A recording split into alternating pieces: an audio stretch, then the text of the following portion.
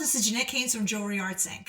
I'm going to explain to you something today that you may not have thought of before about how force works and basically whether your hammers are sabotaging you or not. So I just want to show everybody, look at these gorgeous turquoise earrings. If that's not fucking beautiful, I don't know fucking beautiful. You know what I mean? Like that is amazing and gorgeous. Now, what we were talking about before was that, so because of some of the ways that we added granules and things, the bezels are really a little lower than we would truly prefer. And we discussed, and I said, you know what, like we're going to roll with it. It's not the ideal, but we're going to make it work. And, you know, I've talked about this before, that sometimes you end up with your bezel not being quite as high as you want or whatever. And you go like, okay, in a case like that, we usually set with a little bit of glue, where it's not that we're not going to set the stone, we are, but we add a little bit of glue so that, you know, feel a little more confident, like it's going to be held. It's, you know, it's good. So we did all that, right? But we still have a few little spots that, like, I think could use some gentle violence. You know what I'm saying? You know, like in some of these really tight spots, because that's the thing that a lot of times I'm pointing out to people. You have to remember when you're setting up your piece, like you are going to be the one that's stuck setting it. So remember that, like, you know, if you've got granules or you've got like a you've got something right up almost at the very top of your bezel, remember, you're going to have to get in there with a tool and set it. And it's a pain in the fucking ass.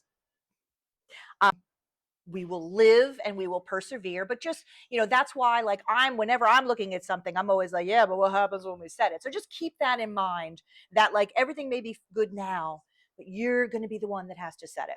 So I'm going to go in there with one of my little straight setters, you know, one of these cute little tools here. You see, I mean, this is the stuff that I use when you don't have that much room, right? A little cutie like that. Because like the bezel roller is what I use for most things when I have a lot of room. You know what I mean? When there's plenty of room. Hi. You might be surprised how distracting it is when someone's having a private conversation. While I'm teaching. Well, thank you. So I'm going to give them maybe a $5 or $10 bill for slipping that in. So I'll cut that part out. So I don't know where I was. Yeah. Okay. So I use the bezel roller when I have like all the room in the world, right? You know what I mean? You've got lots of room. When you don't have room, that's when you're using something like the straight setter. And we were also using the unsetting tool. This is a off-label use, if you will, because you see, like, the unsetter is basically just this little highly polished wedge, right? So if I have a really tight spot, I'll go in there, which is what we use right in here. I'll just put it in position. You see what I mean? You can, I'll let Alexis kind of come around. You see, you can kind of like get that right in there. It doesn't take up a lot of room. And that's one of the things that we use to close the space. Okay, so I'm going to go with a slight amount of violence, but very careful, because obviously these are turquoise and we don't want to mash this. So the whole reason that you're hearing this whole big explanation is because I wanted to talk to you guys about hammers, right? So when you're hitting something, force is like an arrow, right? You need it to go straight to what you want it to go to. Let me explain. I cannot tell you how many times somebody is hammering a setting tool and they are using something like this horrifying monstrosity. The end of it is literally at like a 45-degree angle. Now look, that happens. You use it, you're whacking, you know, ring shanks down a mandrel, whatever. This happens.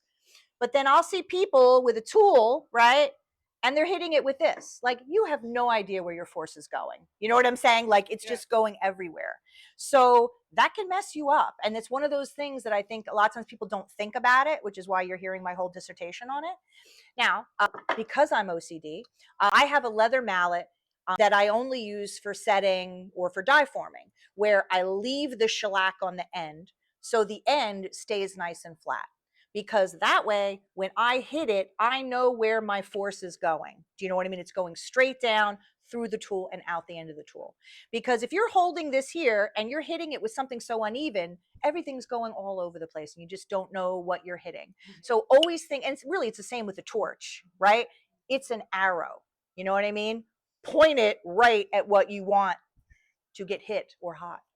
Okay, so all I'm going to do, I usually do this with this like kind of non-dominant hand technique, which means like I'm right-handed, but I'm going to hold my tool in my left hand and rest it on my pinky like this, right?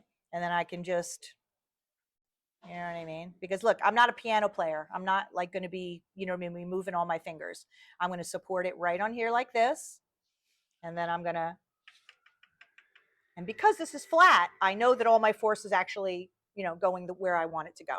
Okay, so now that you've heard all of that, I'm using the straight setter, one of the really little straight setters, just because you just don't have much room in there. So you see, like I've got like a little gap right there that I would like to give a little love. So I'm going to put that right there, right?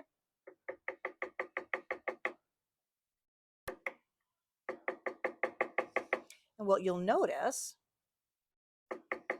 is by using this method, it's not going all over the fucking place, which is what we want. Because look, this stuff with the two hands and positioning in place, you know, it's fussy. You know, you get better at it in practice. But I can tell you right now, if you are using this, you don't have a fucking rat's chance in hell. And I don't want that for you. I want you to have a rat's chance in hell.